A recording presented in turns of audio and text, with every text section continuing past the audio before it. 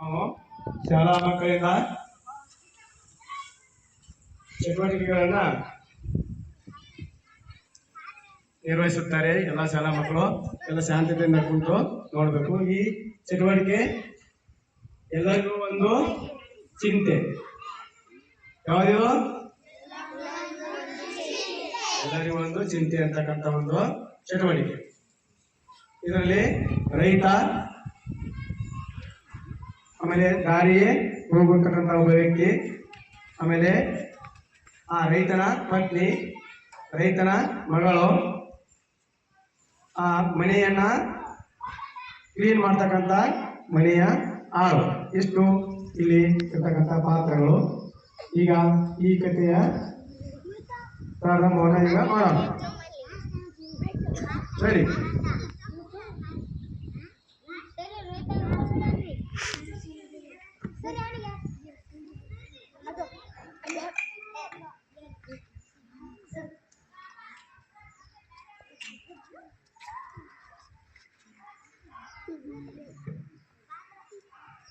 ಗಾಳಿ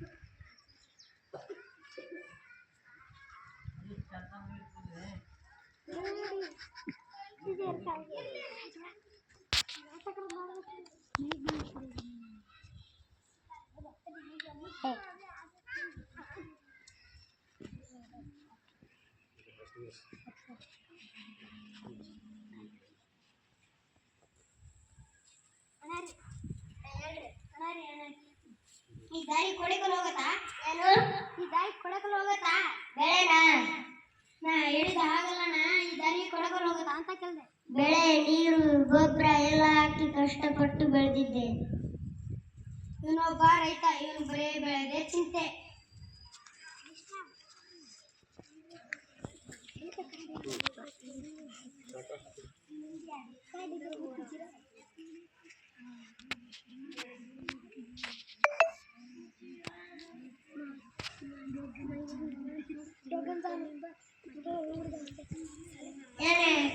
ಹೋಗೋರು ಬರೋರು ಎಲ್ಲ ಬೆಳೆದೇ ಚಿಂತೆ ಮಾತಾಡ್ತಾರೆ.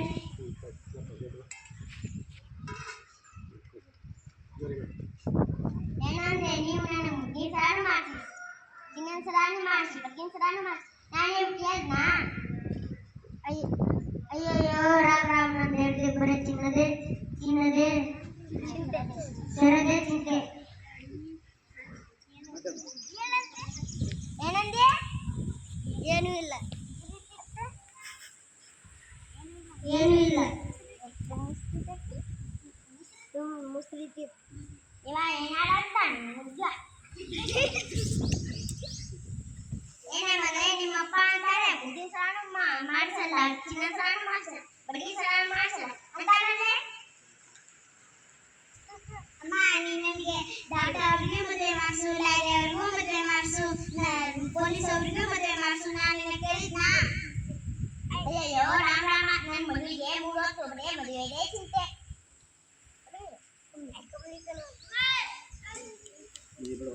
ಏನೇ ಕಮ್ಮಿ, ಏನ್ ಮಾಡ್ತಾ ಇದೀಯಾ?